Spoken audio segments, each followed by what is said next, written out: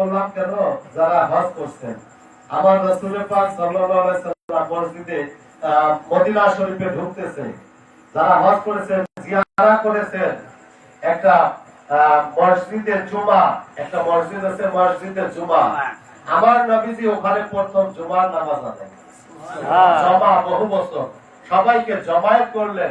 বৃহস্পতিবার দিন আপনারা সবাই জোহর নামাজ পড়ছেন, আর শুক্রবার 4 রাকাত, বৃহস্পতিবার পড়লেন, পুরা সপ্তাহে জোহরের ফরজ নামাজ পড়েন 4 রাকাত, জুমার দিন 2 রাকাত। আমার নবীজি ওখানে জমায়েত করেছে। আমার নবীজি শানে আল্লাহ পাক বলেছে ওয়ারা ফাআন আলাকা, ওয়ারা ফাআন আলাকা যিকরা। শুকরিয়া আদায় করি, এরপরে অসংখ্য দরুদ ও সালাম আমার নবী মুহাম্মদুর রাসূলুল্লাহ সাল্লাল্লাহু আলাইহি সাল্লামের নূরানী কদম মোবারকে দরুদ ও সালাম সাল্লাল্লাহু আলাইহি ওয়াসাল্লাম। আমি শ্রদ্ধার সাথে আপনাদেরকে স্মরণ করি, কারণ আপনারা দেখেন নাই, কিন্তু আপনার বাবা দেখেছে, আপনার দাদা দেখেছে, আপনার দাদার বাবা দেখেছে আমার সৈয়দ হযরত আলী বাবা। যিনি দেখেছেন তার রক্ত আপনার শরীরে প্রবাহিত হচ্ছে। আপনি সৌভাগ্যবান, নিজেকে আপনি দুর্বল ভাববেন না। আরে আমার তো মনে হচ্ছে এই এলাকার মধ্যে যারা কবরস্থ হয়েছে, কবরবাসী আল্লাহ পাক তাদেরকে মাফ করুন। আমার মনে হচ্ছে, আমার অনুভব হচ্ছে এই এলাকার মধ্যে যত মাইয়াত শুয়ে আছে, সব মাইয়াত গুলা জান্নাতের বাগানের মতো। কারণ কি, আমার সৈয়দ হযরত আলী বাবা জানের পাক নজর এই এলাকার মধ্যে। এই বংশের আমার হাতে যতগুলো মুরব্বী মারা গেলেন সবগুলোর কোলে মারছে।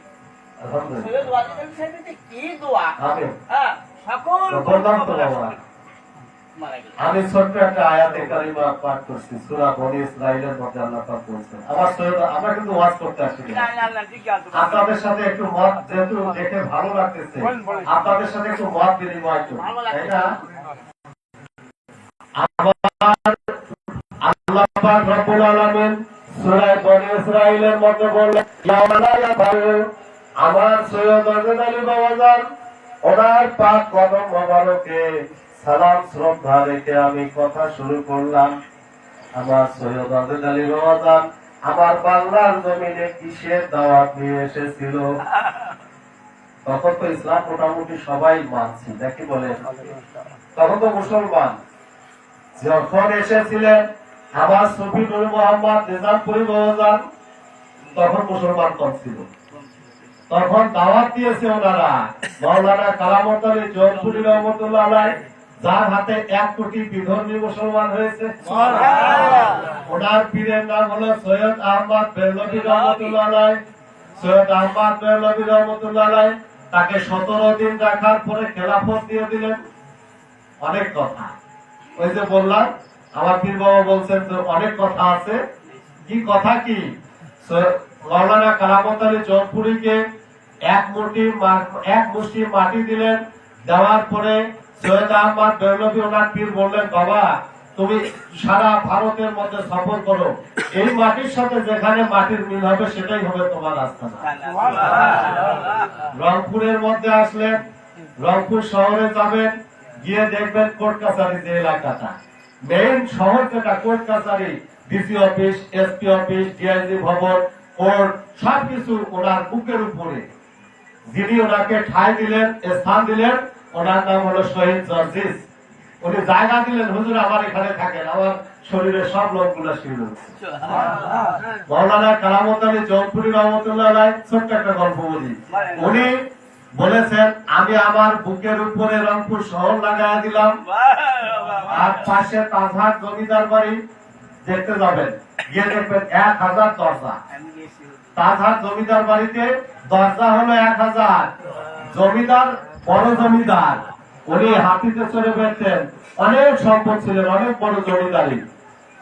উনি বলছেন যে একটা ফকির আসছে, ও নাকি ওখানে শহর লাগাবে, আমি শহর লাগাবো তাজহাটে, আর মাওলানা কারামত আলী জয়পুরী বলছে আমার বুকের উপর হবে শহর। এখন জমিদারের তো টাকা পয়সা আছে, উনি সারাদিন ইট দিয়ে পাথর দিয়ে বিল্ডিং ইমারত উঠায়, আর ফকিরের তো কিছুই নাই। ফকিরি ঝোলা ছাড়া আর কিচ্ছু নাই। আর কারামত আলী শুধু বলে আমি এখানে শহর লাগাবো, আর উনি বলে যে না আমার এখানে তাজহাটে শহর হবে।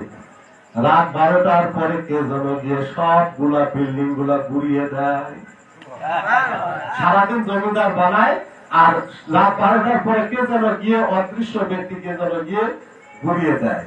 এক এক করে 1 মাস ধরে চেষ্টা করার পরে যখন বিল্ডিং উঠাইতে পারে না, তখন জমিদার আত্মসমর্পণ করছে ফকিরেরটাই সঠিক।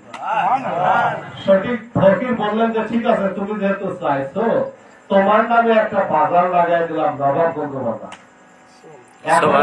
রংপুর শহরে যত পাইকারি মাল কিনবেন ওই নবাবগঞ্জ বাজারে যাবে, নবাবের নামে নবাবগঞ্জ বাজার। আমরা বলি গুডরি বাজার, মানে গুজরা জিনিস যত আছে। আমার সৈয়দ আজাদ আলী বাবাজান কিসের দাওয়াত দিয়ে এসেছেন আমাদের দেশে?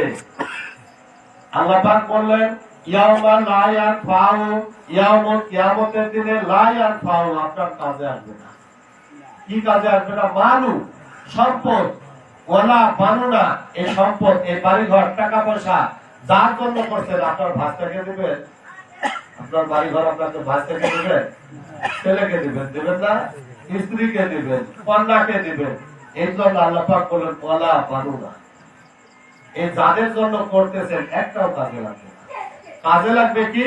ইল্লা মান আতাল্লাহ বিকলবি সালিম। আপনার বডির মধ্যে, আপনার শরীরের মধ্যে একটা মেশিন আছে, এই মেশিনটার নাম হলো লতিফায়ে কালব।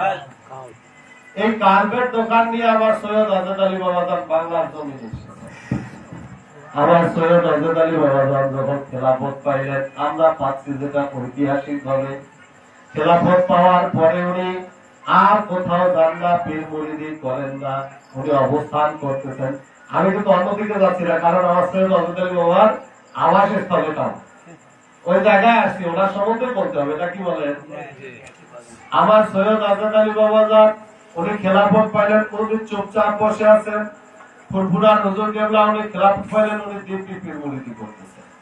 হযরত গোলাম সুলাইমানী রহমাতুল্লাহ আলাইহি উনি দিব্যি পীর মুরিদি করতেছেন। হলদিবাড়ি হযরত একরামুল হক রহমাতুল্লাহ আলাইহি, একরামুল হক রহমাতুল্লাহ আলাইহির লেখা একটা কিতাব আছে, আমার কাছে আছে, সিরাতে ইকরাম। আমি বইটা পাচ্ছি না বাবা, আলমারির মধ্যে। অনেকে যায় বই পড়তে, বই দিয়ে চুরি করে, বই চুরি হয় বেশি, বই দিয়ে যায় আর বই দেয় না। তো সিরাতে ইকরাম ভূমিকার মধ্যে হযরত একরামুল হক রহমাতুল্লাহ আলাইহি বলেছেন উনি 12 বছর জঙ্গলে জঙ্গলে অবস্থান করছেন, গাছের পাতা ছাল বাকল খেয়ে থাকছেন।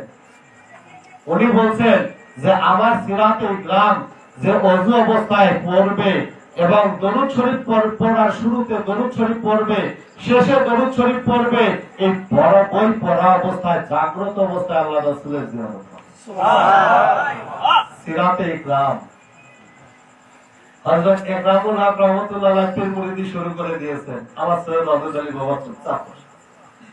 সবাই সফর থেকে যায়, গিয়ে বলে ভাই উনি তো বয়োজ্যেষ্ঠ, সবার সিনিয়র। তো উনি বলছেন যে সবাই গিয়ে বলে ভাই আপনি পীর মুরিদি করবেন না, হুজুর তো খেলাফত দিচ্ছে।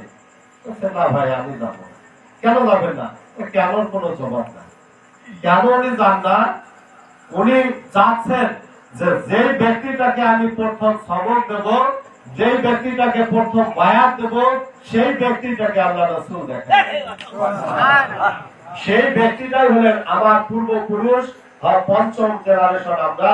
আমার 5 পুরুষ আগে হযরত আমার পিতার নাম হলো শাহ শফি শামসুল আলম আজিজি রহমাতুল্লাহ আলাইহি, উনি ইন্তেকাল করেছেন 2021 5 আগস্ট। আমার দাদা হুজুর হলেন শাহ আব্দুল আজিজ মরহুম মাকফুর রহমাতুল্লাহ আলাইহি, ওনার পিতা হলেন পাগলা পীর সমীর উদ্দিন আহমদ রহমাতুল্লাহ আলাইহি। যে সমীর উদ্দিন আহমদ রহমাতুল্লাহ আলাইহিকে সৈয়দ আজাদ আলী বাবাজান, আপনি সেদিন জামাতার কথা বললেন না, তালারা, ওই তালোরায় আমার জোহর কেবলা 3.5 বছর পীরের পিছে ঘুরছে। আপনি লুট করে নিয়ে যান এই সিঙ্গেল গাড়ি, মালপাতি তো আছে, লুট করে নিয়ে গেছে বাবা। আমার রাসূল পাক সাল্লাল্লাহু আলাইহি সাল্লাম দেখায় দিয়েছে, এই যে তোমার পীর সৈয়দ আজাদ আলী তাহাজ্জুদের ওয়াক্তে কোন মুরিদ যদি বলেন নামাজ পড়া লাগবে না, আমি মনে করি যে সেই মুরিদটা এই সৈয়দ আজাদ আলী বাবার সিলসিলার নয়। আমার সৈয়দ আজাদ আলী বাবাজান নামাজ প্রতিষ্ঠার জন্য বাংলাদেশে আসছেন। নামাজের সাথে আরো কিছু আছে। আপনি আমার সৈয়দ হযরত আলী বাবাজান আমার রাসূল পাক সাল্লাল্লাহু আলাইহি সাল্লাম শেষ রাতে তাহাজ্জুদের ওয়াক্তে আমার জহুর কিবলার পূর্বপুরুষ, আপনি তো জানার কথা, আপনি আলেম মানুষ, আমরা হলাম মোল্লা জিউর রহমাতুল্লাহ আলাইহির বংশধর। আমাদের শরীরের মধ্যে মোল্লা জিউরের রক্ত প্রবাহ। না না রে বাবা, যে যারা মাদ্রাসায় লেখাপড়া করছেন, সুমিরউদ্দিন পাগলা আপনার কে হচ্ছে? আমার আব্বার দাদা। লাইন দেখি, উনি তো দালালি ফাইভের মানুষ। আরে সবিরউদ্দিন আহমদ রহমতুল্লাহ আলাইহিকে খেলাফত দিয়েছেন আমার সৈয়দ হযরত আলী। সুবহানাল্লাহ। 6 মাসের শিশু সন্তান রেখে আমার জহুর কিবলা পীরের পিছনে আসছে। আল্লাহ রাসূল বললেন অমুক দিনে হিলিতে যাইও, হিলিতে গিয়ে তার সাথে সাক্ষাৎ হবে। ওখানে আমার সৈয়দ হযরত আলী বাবাজান একটা লোটা, হালকা একটা ব্যাডিং নিয়ে, একটা লাঠি নিয়ে, পাগড়ি বাঁধা মানুষ এসে দাঁড়িয়েছে। আমার সৈয়দ হযরত আলী বাবাজান বলে, বাবা তুমি কাকে খুঁজছো? আমাকে। আর জহুর কিবলা বলেন, আপনি কি আমাকে দেখছেন? পীর আর মুরিদের সম্পর্ক। উনি ভাড়া বাড়িতে নিয়ে আসলেন। উনি ব্যবসা করতেন, ব্যবসায়িক পণ্য বিক্রি করে দিয়েছেন আগে। ওনার ম্যানেজারকে অর্থটা 3 ভাগ করছেন। 1 ভাগ হাতে রেখেছেন, নিজের খরচাপাতি লাগবে, আর 1 ভাগ হুজুরকে হাদিয়া দিয়ে দিয়েছেন, আর 1 ভাগ বাড়িতে পাঠিয়ে দিয়েছেন। আবার জহুর কিবলার দাদিদার বেঁচে ছিলেন, উনি মুরব্বী, বলছে আমার দাদির হাতে এটা দিয়ে। আর তুমি ম্যানেজার, এতদিন আমার চাকরি করছো, আজ থেকে আর আমার চাকরি, তোমার চাকরি নাই, তোমাকে এটা দিলাম, তুমি খুশি হয়ে বাড়ি যাবে। 3.5 বছর পরে আমার জহুর কিবলা বাড়িতে ফিরছেন। যখন বাড়িতে ফিরছেন তখন মাথার উপর, আমাদের গ্রামে এখনো মশহুর এই গল্পটা, মাথার উপরে এক ঝাঁক পাখি তাকে ছায়া দিতে দিতে দিতে দিতে দরবার শরীফ পর্যন্ত পৌঁছে। সুবহানাল্লাহ। উনি গিয়ে দেখেন 6 মাসের শিশু, 3.5 বছর বয়স, 4 বছর বয়স হয়ে গেছে, তাকে আবার কোলে করে নিয়ে আবার চলে গেছে। আর গ্রামের মানুষ বলতেছে এটা তো পাগলা হয়ে গেছে, সোল নিয়ে চলে গেছে রে, এই সোলটাও শেষ। উনি নিয়ে আসছেন তানোরা, সৈয়দ হযরত আলী বাবাজানের জামাতা ওনার বাড়িতে, তোজাম্মেল হোসেন চৌধুরী ওনার বাড়িতে। তো উনি সৈয়দ হযরত আলী বাবাজান আমার পাগলা হুজুরকে কোলে নিয়ে, 4 বছরের শিশু বয়স, ওনাকে কোলে নিয়ে মাথার উপর হাত বুলিয়ে বলছে যে বাবা, এই তুই আমার বড় ছেলের বড় নাতি, সকল বাচ্চারা আমার কাছে সব লুটপাট করে নিয়ে গেছে, তোকে কি দেয়, বিশেষ সময় আসছিস, যা আমার মাথাটা কেউ নেয় নাই, আমার মাথাটা তোকে দিলাম। হাত বুলায়, মাথার উপর হাত বুলায় দিয়েছে। 1 বছরের মধ্যে সৈয়দ হযরত আলী বাবাজান টাক ছিল, মাথায় টাকলা ছিল। 1 বছরের মধ্যে 5 বছর বয়সে আমার পাগলা হুজুরের মাথার চুল সব পড়ে গেছে। আর পাগলা হুজুর কেন বলা হয়, এই যে তালোড়া থেকে রংপুর পর্যন্ত গেলেন, পাগলা হুজুরকে ছোটবেলায় 4 বছরের শিশু যেই কোলে নেয় সে জব্বা হয়ে যায়। এটা মশহুর হয়ে গেছে। এক গ্রামে গিয়ে উঠছে জহুর কিবলা, তখন একজন কোলে নিচ্ছে, সে পাগল হয়ে গেছে, জব্বা হয়ে গেছে। এখন বলতেছে এক পীর আসছে রে, তার ছোল আছে, তাকে কোলে নিলে সে পাগলা হয়ে যায়। এই ছোটবেলায় তাকে কোলে নিলেই সবাই পাগল হয়ে যায়, যত তাকে ছোটবেলায় সবাই বলতে পাগলা হয়ে যায়। আমার জহুর কিবলাকে নির্দেশ করছেন আমার রাসূল পাক সাল্লাল্লাহু আলাইহি ওয়াসাল্লাম।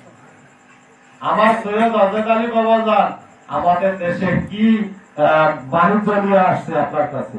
বাণিজ্য নিয়ে আসছে ইল্লামান আতাল্লাহ বিকলবি সালিম, বিশুদ্ধ অন্তরের কথা বলা হচ্ছে। এই বিশুদ্ধ অন্তরটা কি? আল্লাহ পাক রব্বুল আলামিন আপনার আমার শরীরের মধ্যে একটা মেশিন সেটিং করে দিয়েছে। কবে সেটিং করলেন? আল্লাহ পাক রব্বুল আলামিন মিশকাতের হাদিস